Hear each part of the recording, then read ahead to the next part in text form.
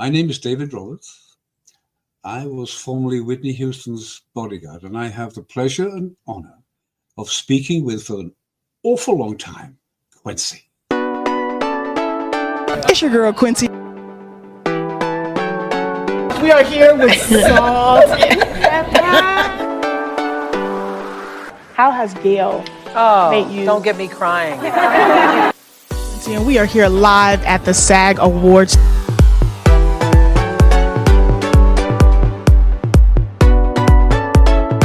Leave a message. What's the biggest lesson motherhood has taught you? To be honest. Studio I'm the Q in the studio. All right, cutie.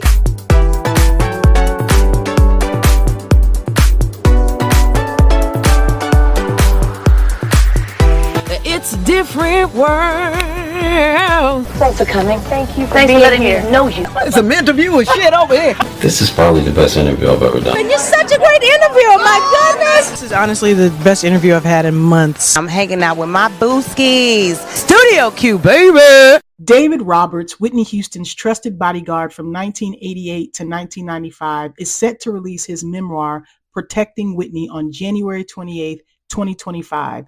The book offers an intimate glimpse into their professional and personal connection, revealing moments of vulnerability, loyalty, and heartbreak during their time together. David has had a remarkable career in law enforcement and private security. He served in the Royal Air Force Police, became a police-trained sniper, and worked as a sergeant in the Royalty and Diplomatic Protection Department at New Scotland Yard. With 25 years as a professional bodyguard, Roberts protected high-profile individuals and handled critical security operations. He now works as a management consultant, specializing in security, risk management, and loss prevention, continuing to bring his expertise to the field. If you know me even a little bit, then you know how much I love Whitney Houston, and it's a great honor to be able to have a conversation with someone who was delegated to protecting her for 7 years of her life. Ladies and gentlemen, please welcome David Roberts to Studio Q. Oh my God, it's David, you guys! Oh Lord, there's a lot of little things in there you've got to ask me questions about, right? Look, do you not see that? I notice everything, yes. Well, with all the years that you have, I would not doubt it. Like, this book was to the point.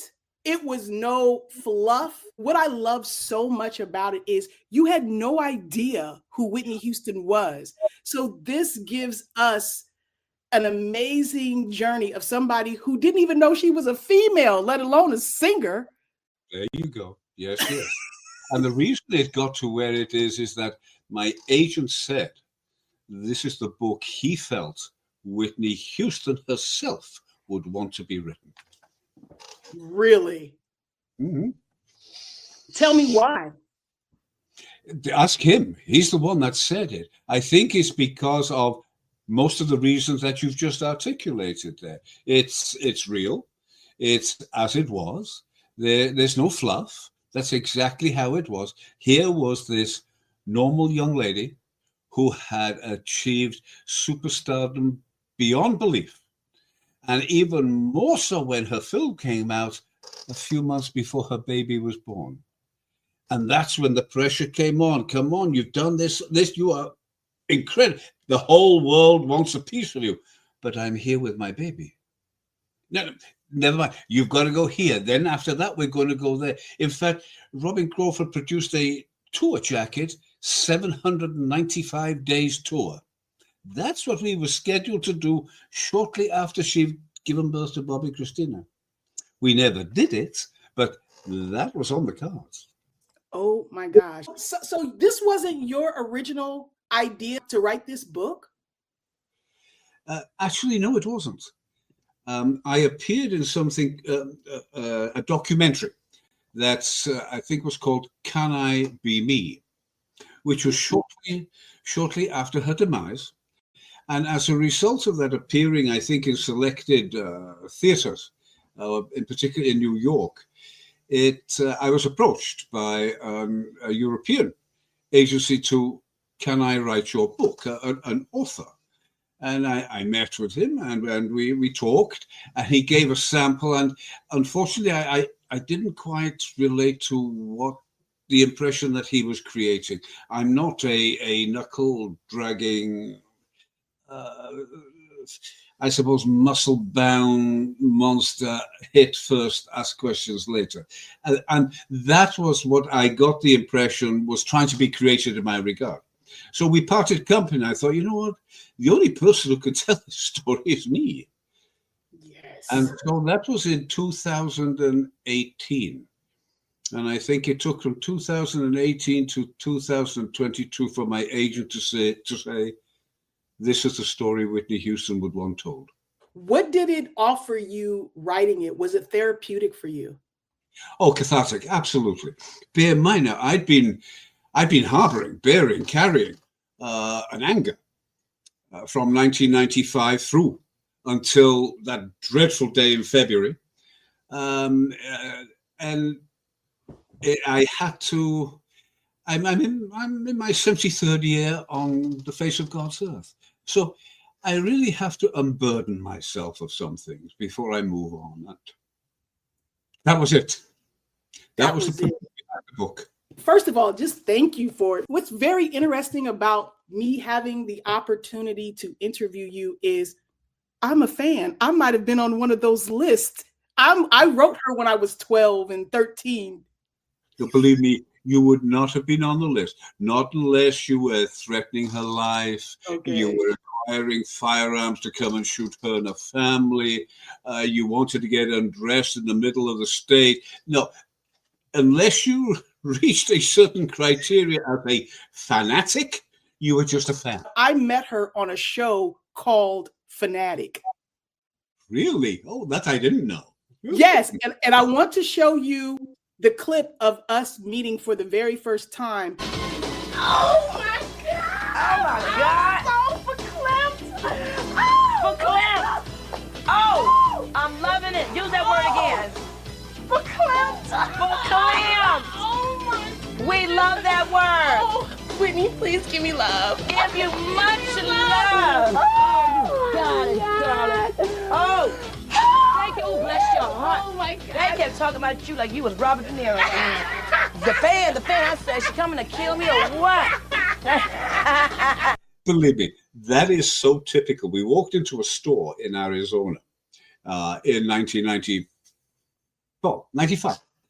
And one of the fans, just like you, saw her and recognized her despite how she was dressed very casually, and went into apoplexy, screaming, shouting, and Whitney hugged her, and all was well. Yes, so that is not unremarkable to me. That scene I just saw. Yes. That was normal. Yes. But my question is about the Robert De Niro comment.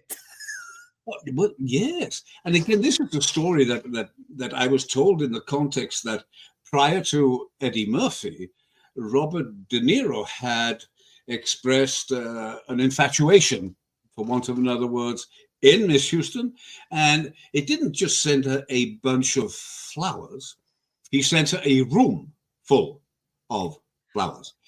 And when Miss Houston saw that, she got on the phone to him, and that was the end of that, which is fairly typical of an adverse reaction with Miss Sissy Houston. Yes. You don't make this at all. No. That look, I got that from the book too. But I also have had the honor to meet Sissy, and I know.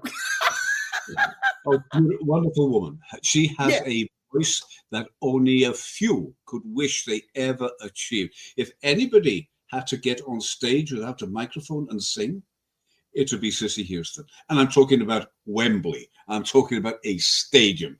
This woman did not need a microphone. Nice.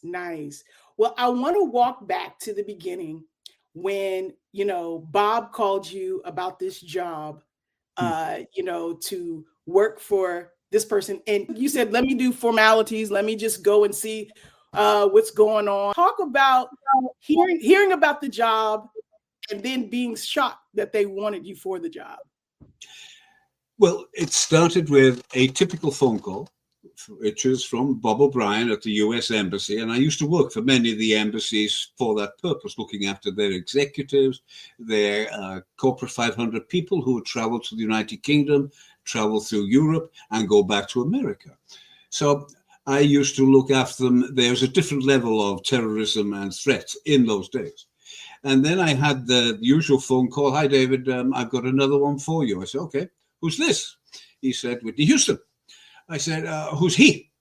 Thinking that, Americans, they have some strange names. So he said, no, it's a female. I said, oh, what corporation does she represent? Still thinking Fortune 500.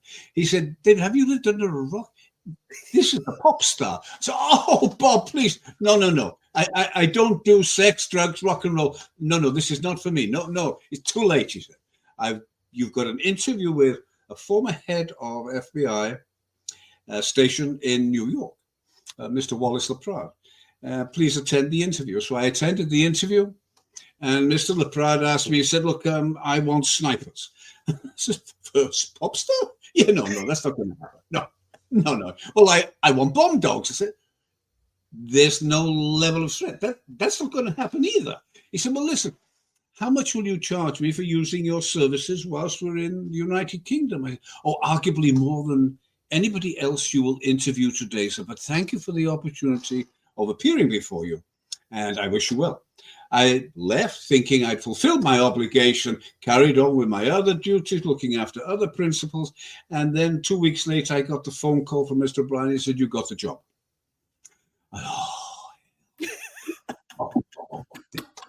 Now what do I do? But in the interim, once I'd finished that conversation and before meeting Mr. LaPrade, in fairness, I'd phoned up my daughter and said to her, she's a teenager.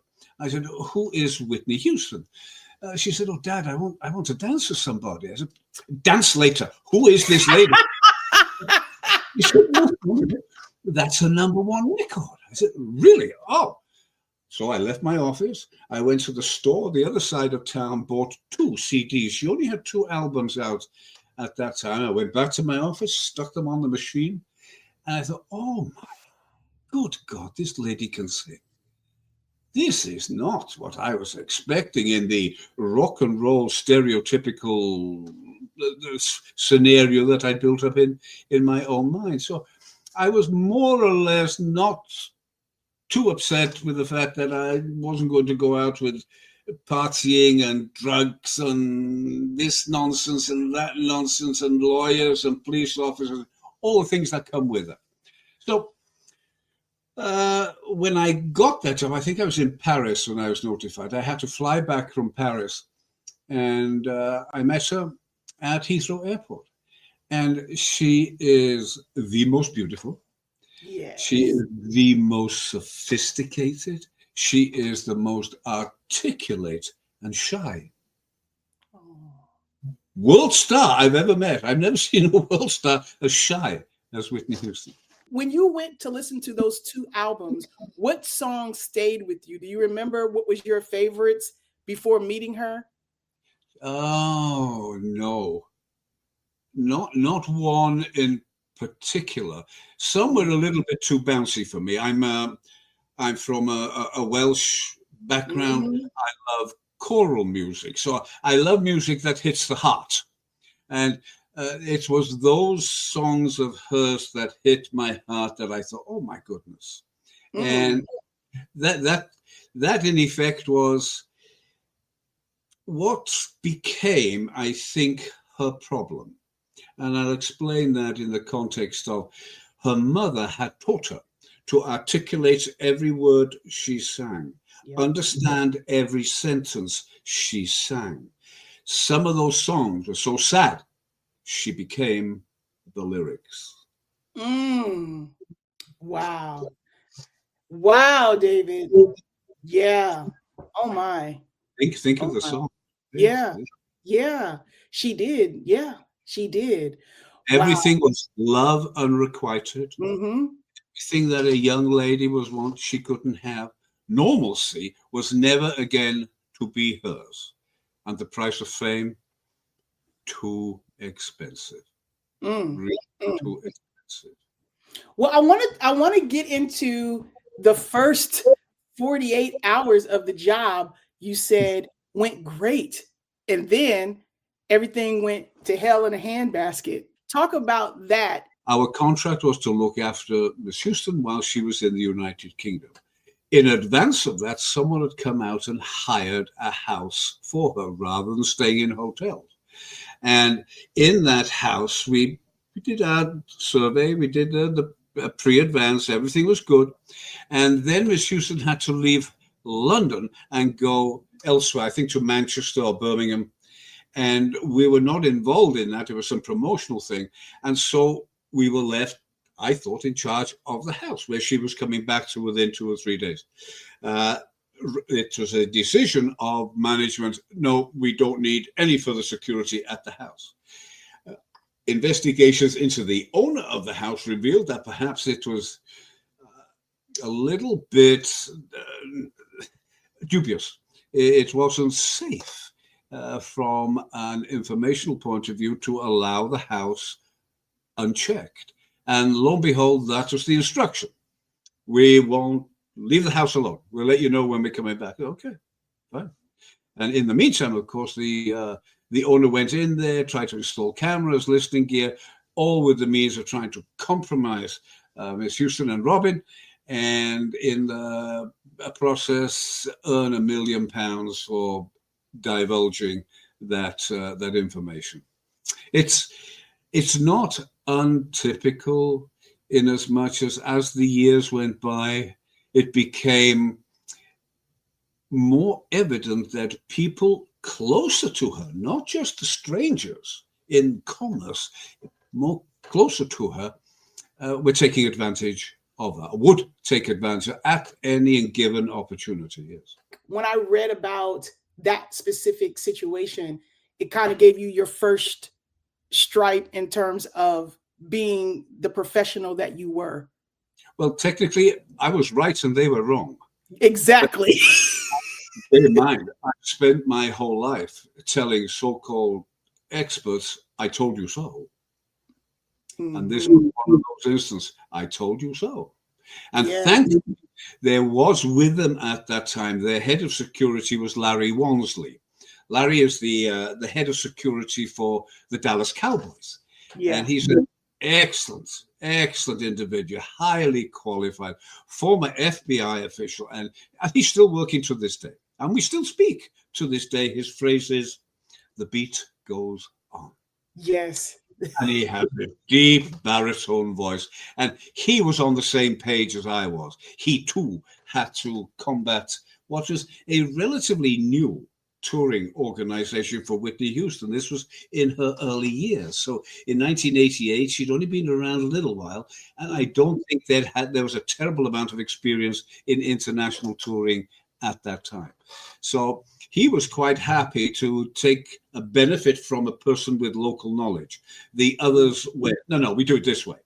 You may do it in America this way, but we do it differently here. And you'll find as you go through each country in Europe, they'll do that different there too. In fact, the world, everybody does something different to what you expect. But they were learning too. It was a learning process.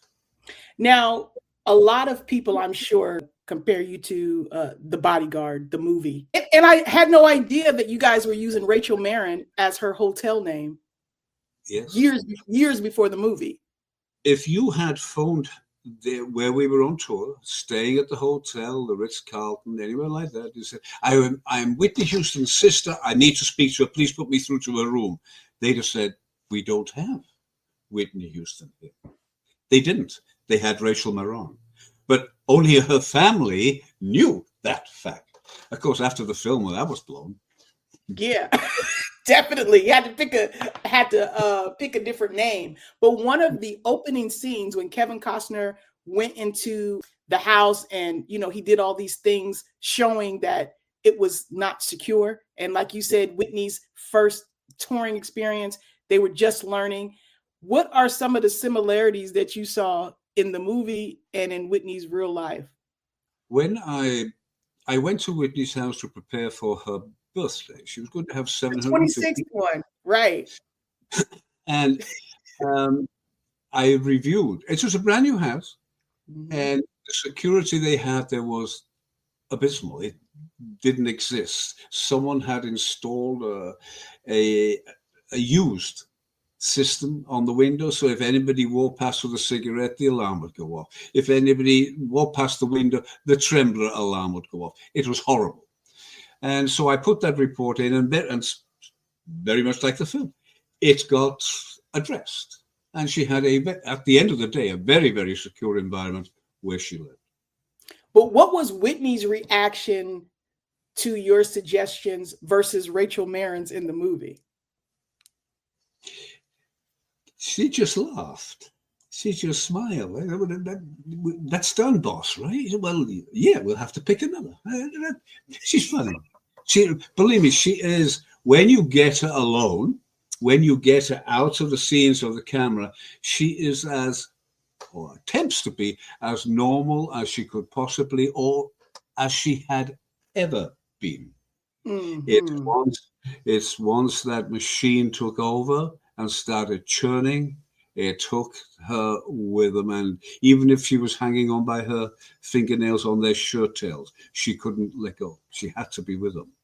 The obligations were expected. The obligations were there. And she, in fairness, fulfilled them the best that she could. The Bodyguard tour was so long. Like the amount of, because I loved in the book how you put every city like that you guys did, all the performances. And anybody who is a Whitney Houston fan and ever seen her on YouTube in a concert, those songs are like, are huge. The muscle mass, like you said, she would be pouring sweat like a athlete coming off the stage. How do you think that she was able to deliver? Because you said security is a draining job for you, and you're not even getting on stage and singing. So how was she able to deliver, in your opinion? Because you had a VIP spot over and over and over and over and for years. Because she was Whitney Houston. She had a God-given talent. There is no other explanation. She would come off stage after a gospel session in which she left us and went to her Lord, and she sang to him. She would come back hoarse. She could not speak at all. And yet the next day, she'd do exactly the same thing again. And the next day, across different date lines, non-stop travel, non-stop singing. She was able to do it because she was Whitney Houston. So she even amazed you, and you were there. Oh, yes. Oh, yes. What an incredible entertainer you saw. Mm-hmm.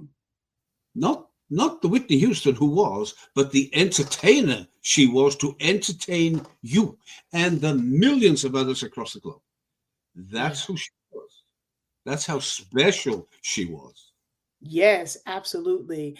I know in the movie, not only did Farmer fall in love with Rachel Marin, but I feel like Kevin Costner did too. What about you, Robert? Did Whitney have you smitten too? I couldn't. You must understand that once you cross that line, then you can no longer do the job objectively. It becomes subjective. That's when you will make mistakes. It has happened to many. It has happened to many people in my position with their charges, with their principles, and the best ones them say, that's it.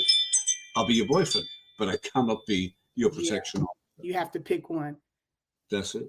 And since you answered that in that way, can you talk about the time when you guys were on a break and you came back and you were in the airport with her and she asked you, Robert, what you do over the break?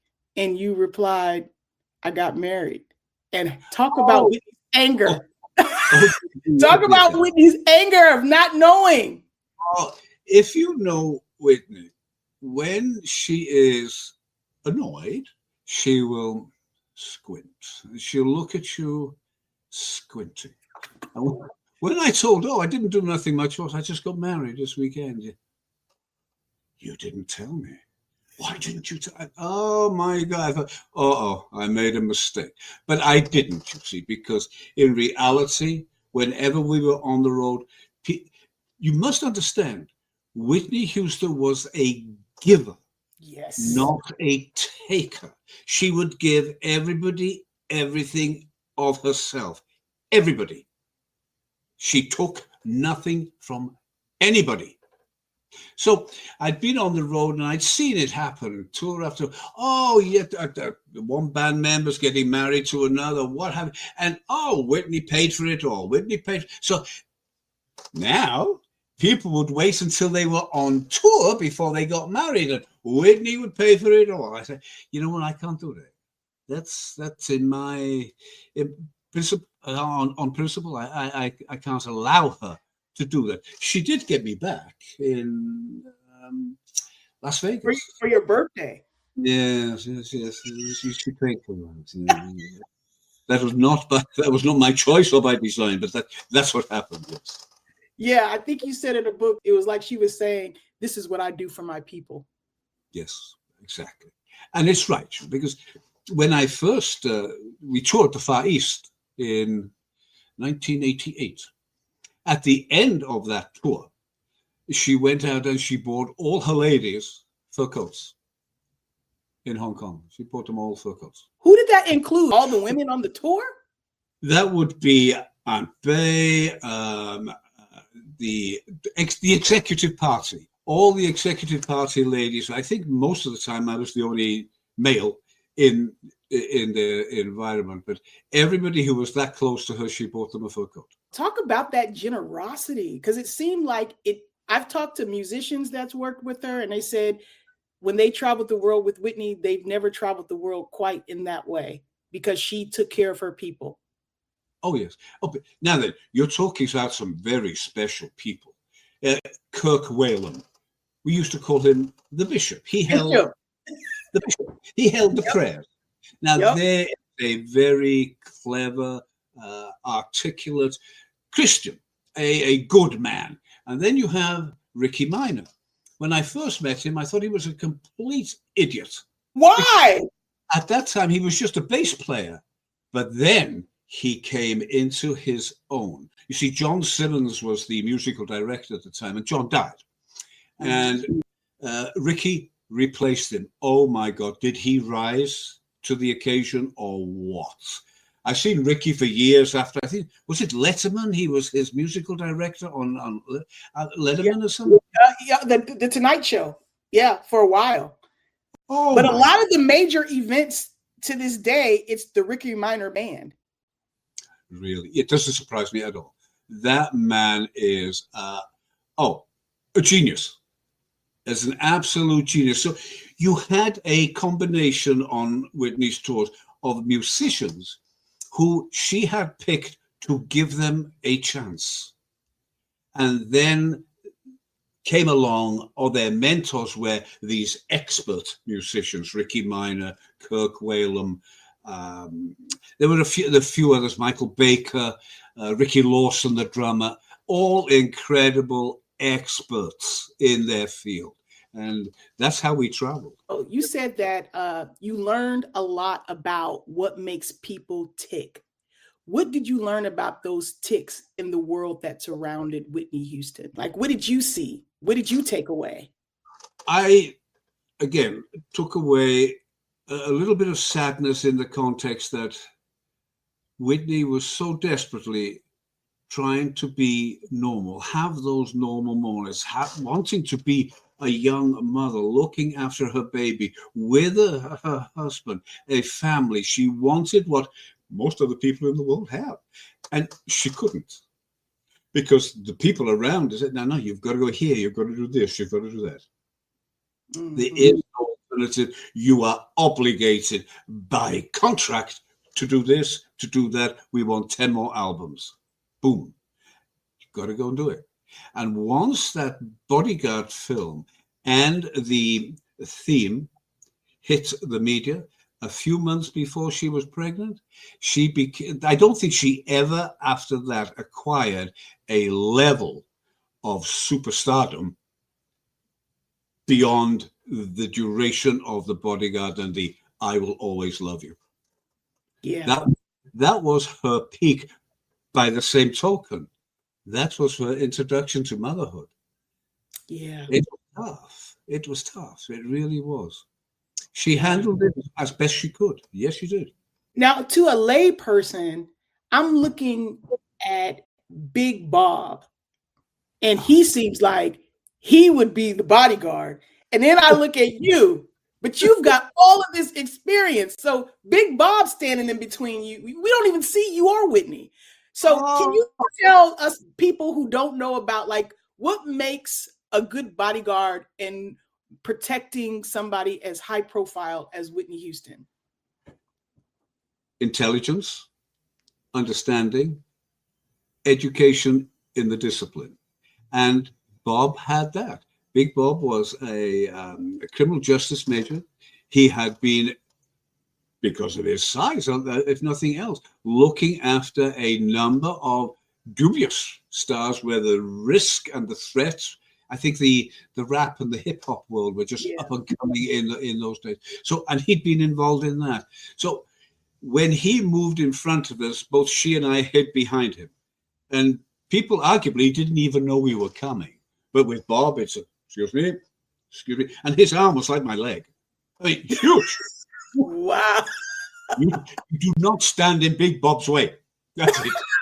But you like Big Bob. You like Big Bob. What a gentleman he was. Actually, I was surprised that when I left, he was not given that role. Because he'd been with me for years. We'd done it all together. We'd seen it all together. To me, he was a natural. What was your favorite tour? The favorite tour? Well, there were many, but I think the most remarkable tour for me was the tour of South Africa. I actually shook the hand of Nelson Mandela. Oh, Yes. Yes. Yes. Mandela. I saw the bishop and all sorts of manner of people there. And of course, that was a new era. So you felt as if you were being part of a new world. And you were just there to help it along in its infancy. There were problems. Of course, there were problems. Do you know what sticks out to me about that tour in your book is when Bobby Brown wanted to go get some chicken. Yeah, that'll always stick out to me too. And I suspect it will probably always stick out with him as well, because if anyone has the ability to have regrets, that was one of the occasions one should have had regrets. Again, as a Fortune 500 personal protection officer, I will tell you, sir, madam, we're not going down this road because it's dangerous. And they'll say, thank you, take another route. We'll do that. I said exactly the same. We can't go there. This is the crime street of the world. I want it. I want to go. We're going. So it became, that wasn't unique, but it was one of the worst scenarios. You have to take your entertainment clients by their demand and contrary to best advice, to and through the gates of hell and bring them back safely. That was one of those occasions. That leads me to my next question concerning Bobby Brown. What was the job like prior to Bobby Brown? And then how do you compare it to life at the job after Bobby Brown became Whitney's husband? Well, it changed, and naturally so, because when you're a single woman and you have your friends and you interact with them, that's fine. And then you focus on a new boyfriend who ultimately becomes your husband. Once things change. And right. Indeed, our life did change because technically, of course, it increased our responsibility. We now have a principal to look after and her husband. Mm-hmm. So that added to the commitment and to concerns. And then when Bobby Christina came around, of course, now we have a baby to add to the equation. So we were traveling back from South America on a private jet. And I was sitting with the pilots, and Bobby came out of the cabin, and he'd had a lot to drink. He was a little bit drunk, and he said, "David, I'm so grateful you're looking after my wife. I'm so grateful you're there looking after my wife." I said, "Look, understand this. If the bullets start flying, I'm using you as the shield. Understand that? Now go back in there. Go." Wow. Wow. Which is probably why my tenure lasted beyond the marriage, because I have no doubt that no man in that position would be happy having a man like me also sitting on their shoulder 24/7. But it was her wish that I remain. Shall we go there? Ask David. Does David agree? Do we go here? Shall we go there? Which way should we go, David? And I had her protected to the best of anybody's ability under the very extraneous circumstances that developed often. Did the whole inner circle respect the way she trusted you? Yes, I can't remember an occasion where, after an initial introduction, bear in mind, of course, in the United Kingdom, they are now introducing a white person, B, not an American, and C, into a totally black environment. And so I had to anticipate that I may not be accepted. In the event, and after a few hiccups, which is absolutely normal, I was accepted. More than accepted, relied upon. More than that, looked upon to do the job that they wanted me to do, that they had been trying to do, but without the level of knowledge that I was able to bring to the table. Didn't even Aunt Bay said, "You're too good to be white"?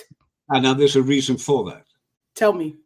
That was during the extreme time in 1995, during the film of Waiting to Exhale.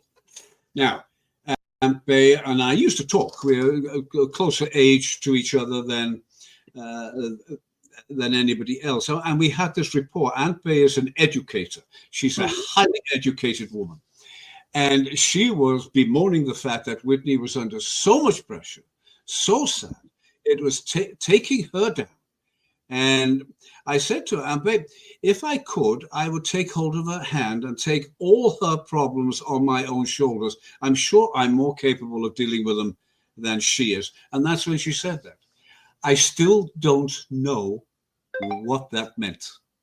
Aunt Bay was the first person to hold Whitney after she was born. Was she? Yes, she was. First I did person not to know hold. that. And she did likewise with Bobby Christina. Yeah. What? Yes. 2 generations. Yes. Look, let me put that picture back up. Shout out to Aunt Bay. Aunt Bay is the one. She's the one on the extreme right-hand side as I'm looking at it, dressed like a United States flag. And Whitney is hugging her at the top there. Correct. Aunt Bay on the road was the surrogate mother to Whitney. She looked after her, she loved her, and nobody messed with Whitney, Michael, Gary. Nobody messed with the Houstons when Aunt Bay was there. Just like you wouldn't if Sissy was there. Yeah. Yes. I just love that Whitney had somebody like that on the road, cooking meals and loving her in that kind of maternal way, because I'm sure it poured back into her. Oh, I'm almost certain we spent 35,000 miles on the road in a bus with Aunt Bay, Whitney, and myself. I sat next to the driver and they had the facility in the back. I have every confidence that during that time, Aunt Bay gave her strength, gave her counsel, gave her the ability to go on. Yes. Yeah. Talk about the time when Whitney called you on stage and told all her thousands of fans, "This is my bodyguard." Not something that you probably would have suggested, and how that might have made things go a little left with you and Robin. Oh, yeah. That was one of the most embarrassing moments of my life. I'm standing, you know, on stage, they have a show, and she introduces all the band members, all the dancers, and now I'd like to introduce and I said, no, David, come on. Oh, Lord. So what you do, you just say that and say no. So I had to walk on stage, and 40,000 people now know exactly what I do. That's my role, and that's a little bit compromising for me. I work best in the background. Yes. Yeah. So now I had a whole slew of the Japanese fans who said, "That's the Bodyguard." I think Robin was her nose was put out of joint to that, because those are early days. Those are the first. My first session with them in 1988 when we were touring the Far East. And Robin was very protective of Whitney, but more than protective, she was possessive of her. And that gave rise to conflict with just about everybody in that environment. Gotcha. Can you talk about the kind of threats you had to protect Whitney from during the time you were her bodyguard? Because, sir, the way you pull people out of cars, the way you fought in Kentucky, the way you helped Michael, listen. Yes. Thankfully, you were those not to be played with. Those, thankfully, were rare occasions, but by the same token, it's what you do, right? Yeah. You're there to protect, and whatever it takes, you protect at the risk of your own life. I'd already decided that Whitney was someone worth dying for if it saved her life, and I do that. The threat sort of thing we had is, I'll give you one example straight away from Australia, where some chap had announced by sending his dirty underwear and socks through to Fort Lee that he intended to be at the concert in Sydney, and his seat number was this particular number. It was fine. And when you sing your at the end of the song, you're going to sing Greatest Love of All. I'm going to come on stage and I'm going to take you to see my dead mother. What? What the chappie didn't know is that by that time, with all the advanced work that we do in anticipation of these fanatics turning up, is he was surrounded in every other seat by a plainclothes police officer. Now, they thoroughly enjoyed the show. He did not move for the entire show. He showed no emotion. He didn't join in the clapping. He didn't smile. He just sat there. And when the encore came, his cue did exactly the same. He just sat there. When it finished, he stood up and walked out. We've never heard of or seen him since. Those are the kind of weirdos that we have. Yes. Lots of them, because, people fantasize and they have her music, and, she needed somebody like you. Yes. Well, the secret of it is, in terms of pre-planning and threat assessment, is to do your homework, because you should never be where there is a threat to that extent. However, as a pop star, you have to be at an event. That's where 40, 50, 60,000 people are going to be to watch you. But if you were on the stage, as I always was when she was on the stage, you'd look in the crowd, and everybody would be motivated by what she was singing, except for one person. They wouldn't react the same way. That's the person to focus on. So it's front of stage security, watch that person. And invariably, they jump up, run at the stage, and they do something, because they forecast what they intend to do. When you're there, you're just enjoying her music, as everybody did. Fine, you bounce along, you dance with it, you get up, and you do what you do. But if not anything, you're building up to do something. Were you ever, in the time that you worked for her, afraid for her life? Was she ever afraid for her life? Like in The Bodyguard, did you guys ever have anything to that level? No. There was one individual from Newark, who had gone to Chicago to buy guns, and he was coming back, and he was going to take out Mrs. Houston, Robin Crawford, and Whitney Houston. There was another individual who had followed us around the country and wanted finally to meet. And I said, I'll meet you there in the car park. And I had the police do the privileges for me. And he had 2 attack dogs. He'd sharpened their teeth, cut off their ears, and he had all manner of weapons inside his vehicle, plus a map. And on that map, he was to proceed from whatever he did in Newark, New Jersey, to Mariah Carey's children's home and do likewise there. They're out there. The people are out there. Yeah. In those days, Quencie, we had a situation where you couldn't bring a camera into a show. Disallowed. You took a picture, we'd rip the film out. Finished. End of story. Nowadays, how do you do that? Yes. 30,000 people with 30,000 cell phones. It's a whole different era, isn't it? Yes, the technology is there. And of course, now that terrorism has changed its nasty face, you get something like Taylor Swift bringing 60, 70, 80,000 young girls to a concert, and you get one man with a bomb. Soft targets, right? Yeah. What do you do? Who's responsible? Miss Right. Swift? Her security? So the inflection has changed considerably, and I'm certain those people engaged at that level nowadays have an entirely new gameplay. How skilled did Whitney get at the drills that you practiced with her? I guess it was during Waiting to Exhale, if someone ever grabbed her from behind. That's it. It was fun. I mean, it was fun. And more so because it worked.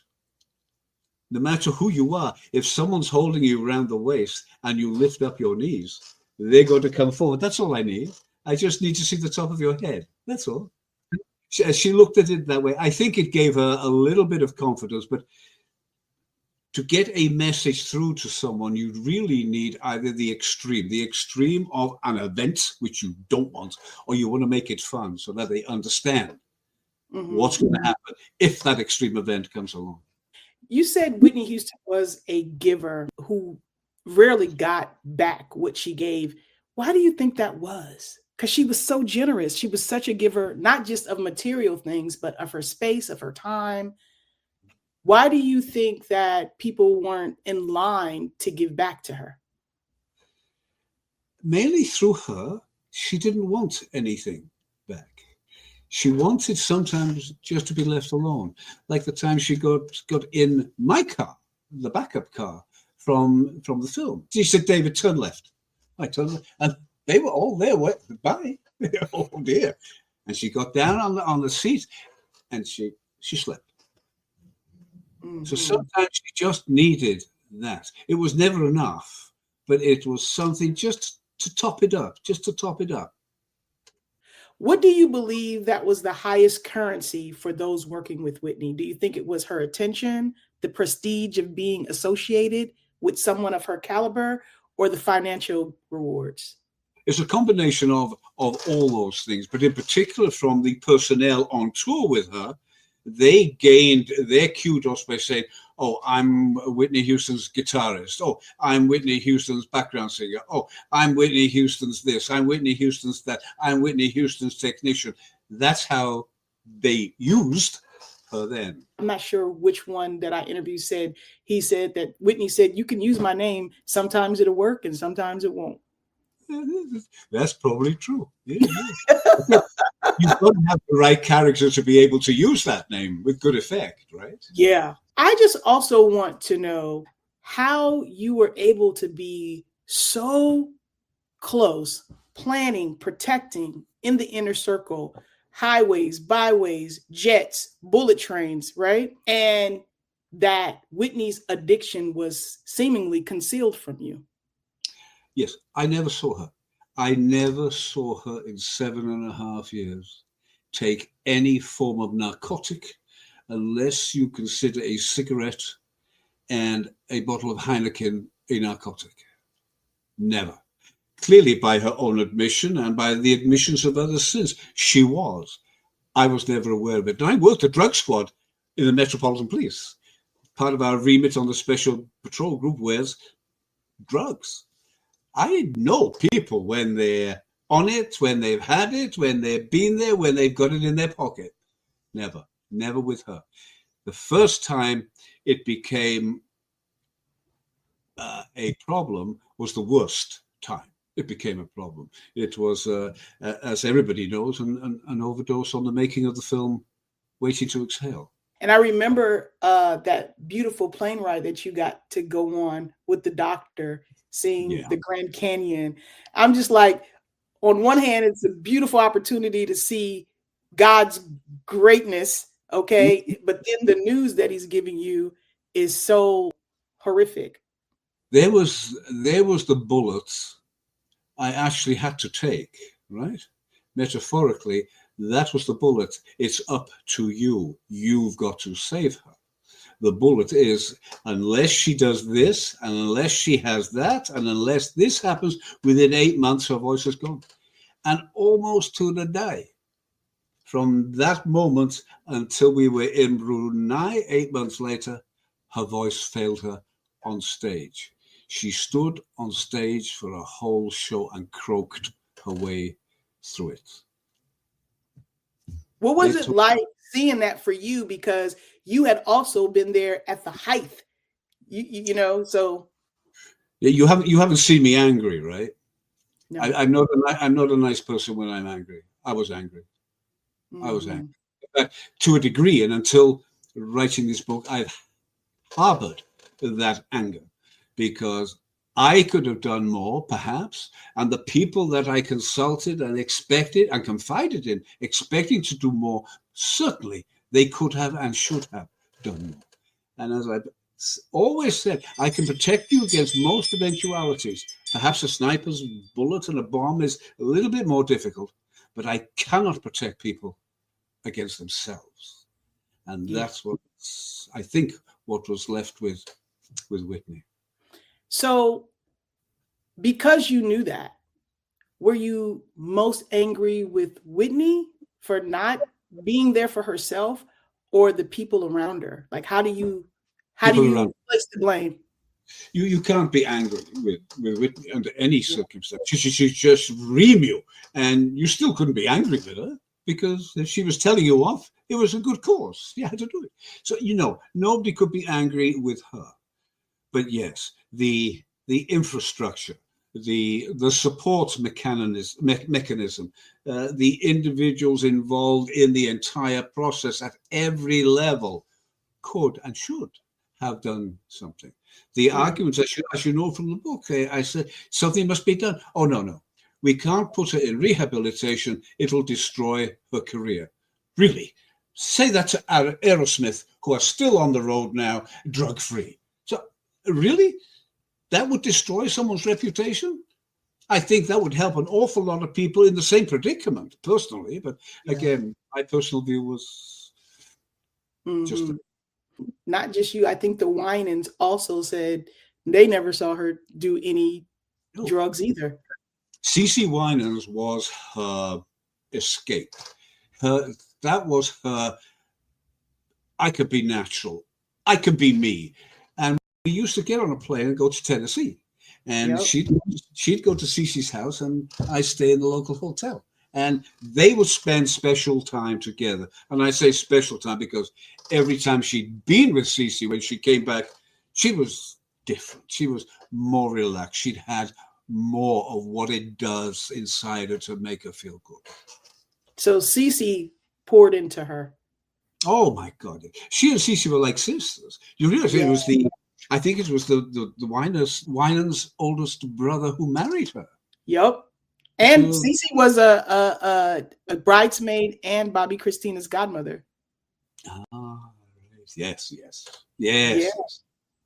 Well, many fans have expressed anger since Whitney's passing, questioning the circumstances surrounding her death, not to mention the party that went on while she lay on the 4th floor and the handling of the estate.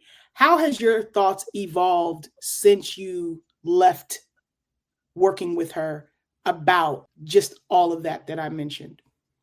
Well, when you leave that environment, you never existed. That's the first thing to remember. When you're gone, you're gone. You didn't exist. So that was it. And by the same token, and for my own benefit, I seldom, if ever, watched any of her shows on television.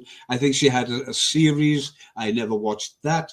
Mr. Brown had a series. I never watched that. And the only time I saw her was when you were forced to see her, when they threw something on the television like greeting Bobby Brown from prison, or turning up on the stage for a Michael Jackson show. And how could anybody who looked like that even stand up, let alone sing? She was emaciated. I'd never seen that before. So only those things I was aware of, the de-escalation from being up here to going down there. You didn't want to see it. You made it a point not to watch her. Absolutely. Yes, of course. Absolutely. Yes. It then clearly became somewhat inevitable, right? There's no going back from this. If they don't step in, if they don't help, where's it going to go? You saw the pictures in the press of some, I think it was a kitchen littered with drug paraphernalia. I have never, ever seen any of that. Very few people, if any, on our tours saw her do anything. I'd be very surprised unless they engaged in it with her. Many of the people that you mentioned in your book, they continued to work for Whitney. They did, actually, yes. Do you think that helped the downward spiral? Well, on the basis that two wrongs don't make a right, if you've got the wrong person for the job to start off with, retaining that wrong person is not going to make it any better, right? Correct. And I think in terms of legacy and in terms of the estate, she will carry her estate in death as she carried her estate in life. It doesn't matter who is there. It's Whitney Houston. She has fans who have been born since she died. She has fans that never actually saw her, only her photographs. Yep. That will go on for time immemorial because there will never be another Whitney Houston, ever. This year actually marks her 40th year of music in the world. And next month will mark 13 years since she passed away. Do you remember where you were when you got the news? Yes, sitting across the intercoastal in the 34th floor of my apartment and working on a report, and the news came on next to me, just like that. And as I'm listening to it, and before it finishes, the telephone starts going. Oh, have you heard the news? What? Leave me alone. I need time. Boom. Pulled the phone out of the wall, and I didn't answer it for a week and a half. Never did again. I was in New York in a pub when Michael Jackson's demise was announced. I was somewhere else when you remember the people who are remarkable and who have contributed to life. You remember when they're no longer going to do so. Mm-hmm. And back to JFK, in my day, I was a youngster when JFK got killed, but I remember that evening. And in England, I remember that evening. Yeah. The way you described your first meeting with Whitney, how would you describe your last meeting with her? There wasn't a last meeting. We came back. We went from Brunei to Singapore. We did a show there, and her voice recovered for Singapore. We flew back from Singapore to New York. I put them in their chauffeur-driven vehicle, and away they went. I never spoke to them again. What did that leave you with? Having to write the report, right? The reason why all these people needed to do something. The attorney said, please, put it down on paper. Like, yeah, okay. I wonder why you want it down on paper, so you know what I know? Okay, I'll do it. Put it down on paper, gave it to them. I had the telephone, oh, please come to the office. And 2 hours of blah, blah, blah, blah, blah, blah, blah. Then, thank you so much. Miss Houston has decided not to travel internationally anymore. But if she decides to go international, we'll call you.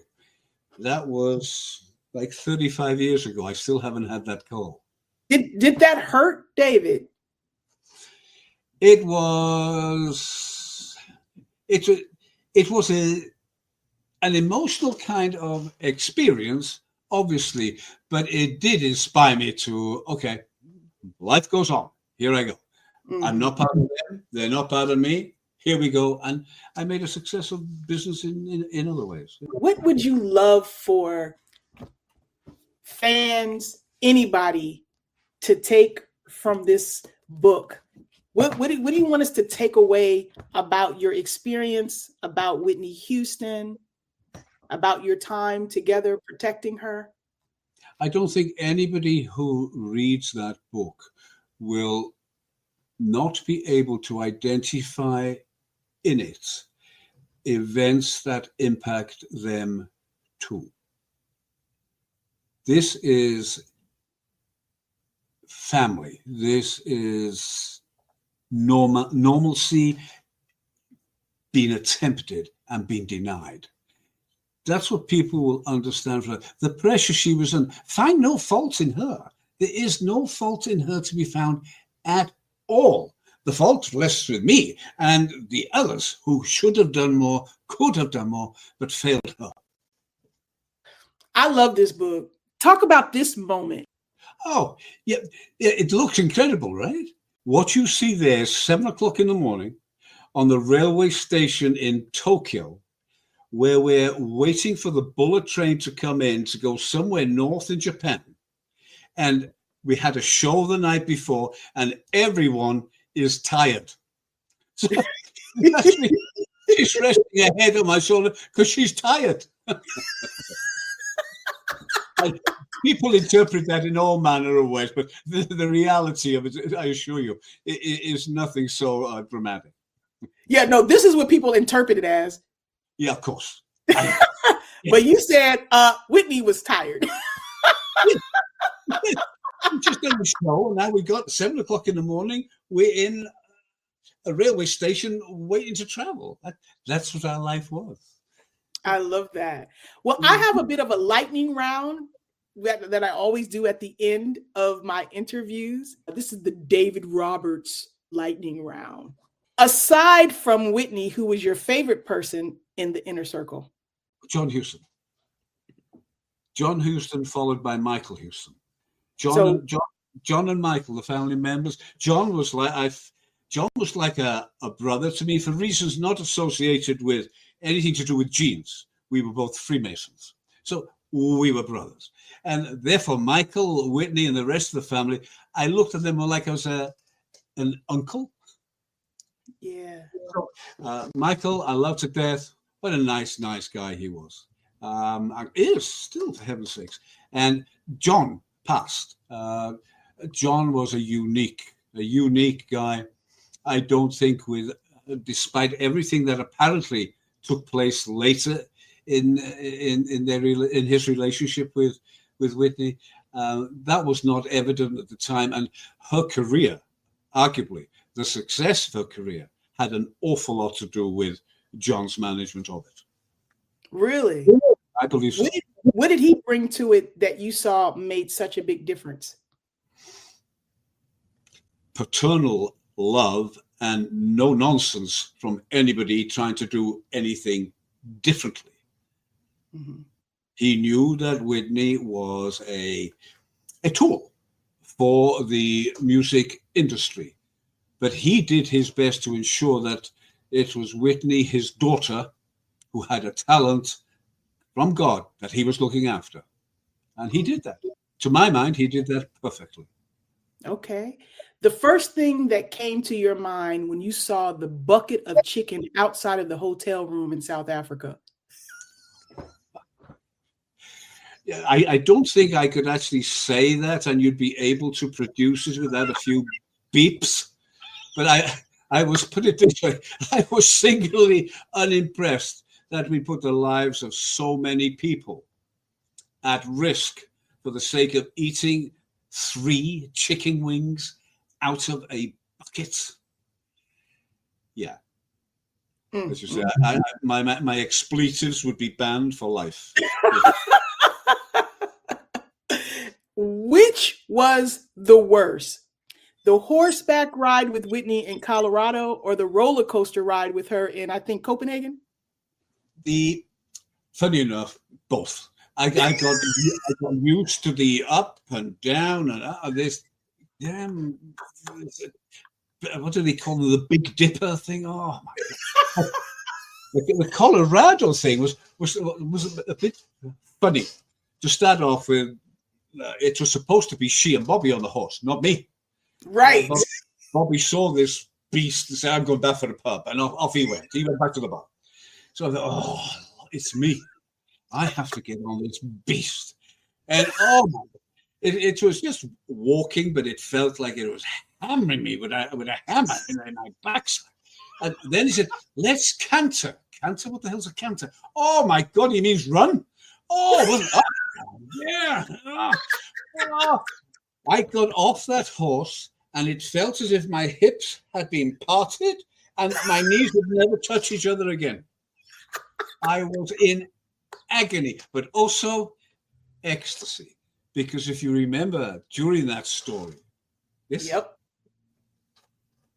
Yeah. I don't want to tell all. I want y'all to be able to read something. Yeah. Okay. You know where I'm at. Yeah, I do. That was a beautiful moment. And I wish that could have happened because she deserved that kind of peace, you know? Yes, it would have made a difference to her. Yes, it would. I believe so. Mm-hmm. How about Whitney riding the horse? What did she like about it? Did she love it? She loved it. It's like she'd been born on a horse. Oh, dear oh me. I thought, oh, Lord. You have to go with I'm going. I'm going to put hiding, just driving this. I don't know what the hell to do with it. But it was, I got, to an extent, I got my own back when they were on the slopes. Because neither of them could ski. So I ran behind them, picking them up as they fell over. Both of them, Bobby had no idea how to ski. So they go, pick them up, off they go. Pick them up, off they go. You know, it sounds like toddlers, like you're picking up kids, you know? Yeah, it was funny. What was worse, fighting the three guys in Lexington, Kentucky, or making your way back to the hotel from KFC in South Africa? Making my way to the KFC in Crime City, central of the entire world. You see, there, in those days, you were not allowed as a tourist to go out of the hotel unless you had security guards with you. The modus was they'd use sharpened bicycle spokes, and they'd push them underneath your arm. And that's how they would attack you there. And we arrived, and there was virtually nobody to be seen. Within minutes, they were swamped. I don't know where they came from, but they came running.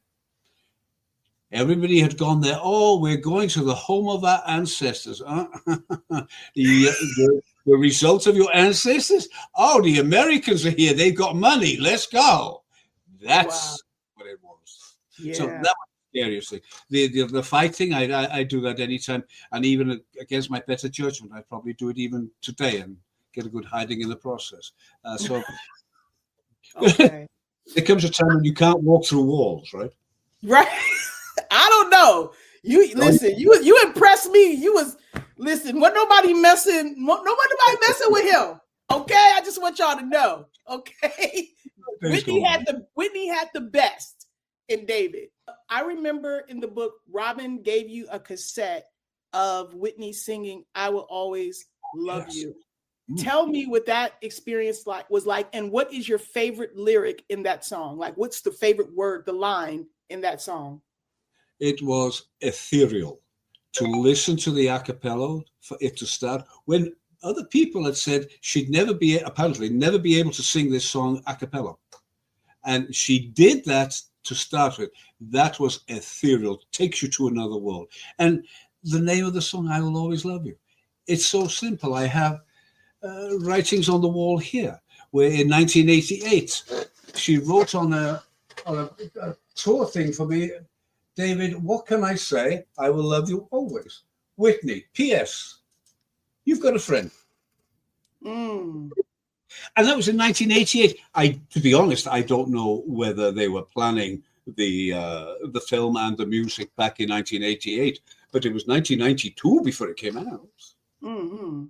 That was something she used all the time. That was her, if you like, her motto. Once she said that to somebody, you had her for always. What was your favorite live performance? Because you've seen so many.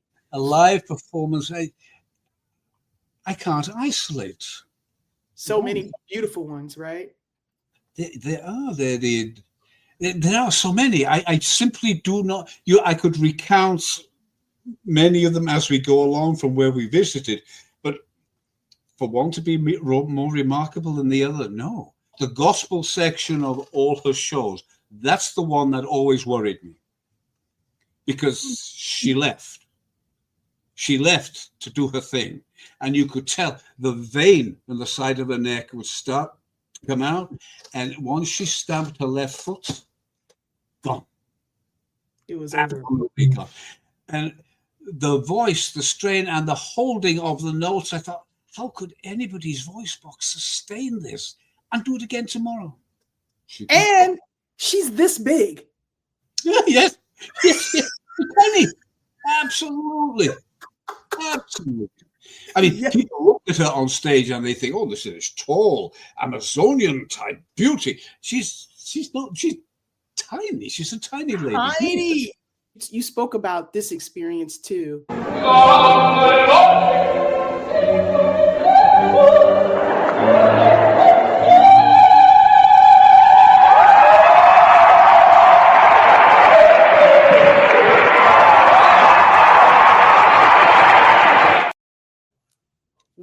Right.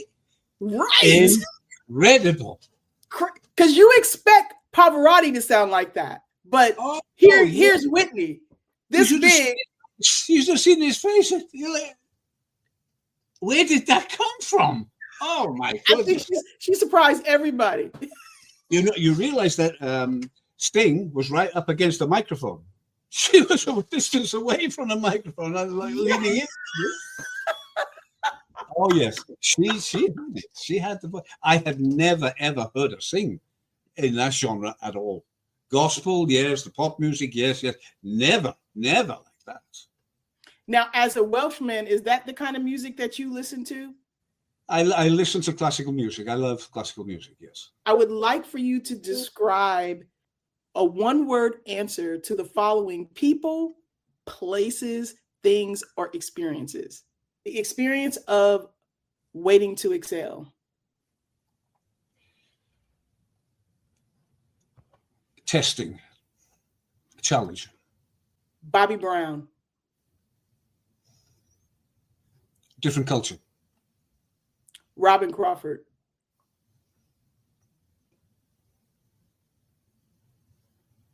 Overly possessive. Sylvia Vayar. A sweetheart. South Africa. An experience. South America.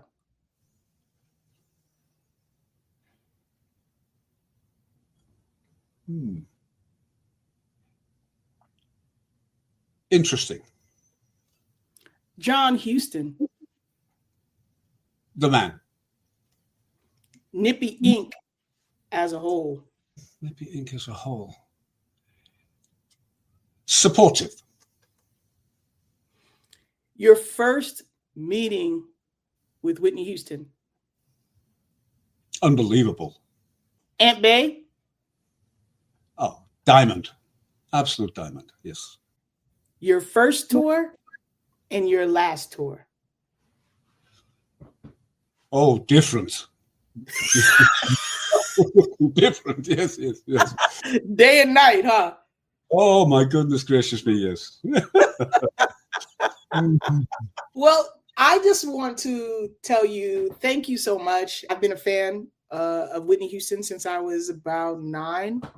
And I can't believe I got the opportunity to have a few moments with her while she was here, because I don't run in Whitney Houston circles. So to be able to get a VIP view to which she had to endure to deliver what we still get to enjoy today is quite amazing. And everybody did not have that experience or the expertise to protect her in the way that you did. So thank you.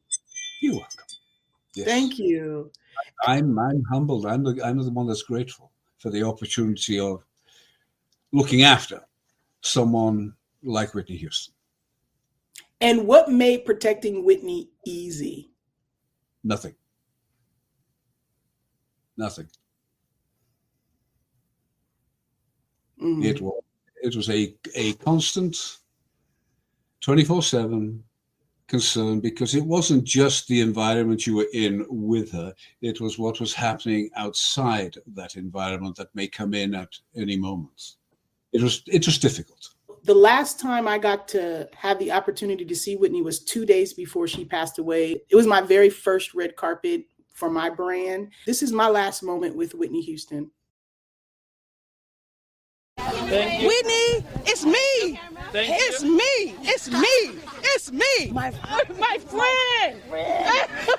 So that was like 2 days before she passed, but I didn't know till many, many years later just how packed that club was on the inside.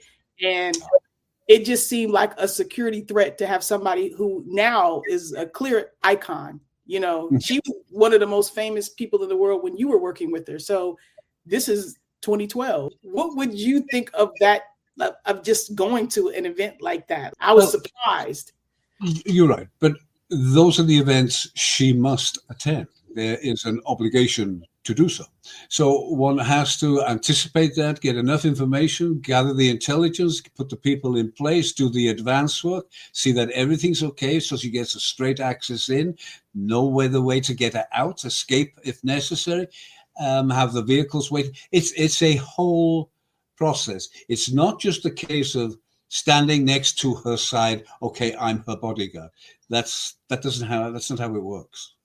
Yeah, and that's what you learn, you guys, from reading this, is that David was writing reports, David was meeting with people, David was scaling the place, looking around, talking to people, looking while somebody's looking over here, grabbing them up before Whitney even knew what was going on. Like, so you're absolutely right. This has been great for me. I appreciate you taking the time this morning to have this conversation with me. But I want to make sure you get to say anything that you hadn't said that you would like to say. I think the most memorable moments for me in the 7.5 years was after we'd made the video for I Will Always Love You, the song. We were in California in a rundown cinema. And then taking her back to the couch, she put her arm around mine. She said, "David, I'm pregnant." And that to me was blessed. Because now she was fulfilling her dream, which was to be a mom. Yes. Yeah. Yes. And even that was under challenge, under threats. That was so hard. Listen, all the precautions you took for nobody to get a photograph of her and the baby, only to find out that a photograph was still taken. Yeah. Yes. It's, you know what? It sounds dreadful, but it's really not surprising when you consider so many other factors that you have to build into the reason as to why it happened, how it happened, and who did it. So it was a shame. Everything was set up to ensure that didn't happen. And then it was more or less the enemy within that defeated that particular project. So, And so you weren't surprised when you saw a picture of her laying in her coffin. Yeah. Oh, a coffin? Yeah. Somebody took a picture of her and it was on the cover of a rag. Yeah. No, I never saw that. Let me qualify that. I don't want to see that. Thank you. Yeah, nobody. Yes, I didn't want to see it either. You know, but you're in the line, and there it is. That's a different. If you're talking about paparazzi, yeah, that's a different animal. That's a different fanatic. That's a different world altogether. Yeah. Yeah. They have no morals. They have no ethics. They have nothing other than I want that picture. Yeah. So thank you for writing. Thank you for honoring Whitney. And I hope you have a beautiful day. And I hope that once this is all edited and stuff, that you enjoy it. You got it. Thank you very much so. God bless you. Bye, David. God bless you too. Studio Q Show. Now you know.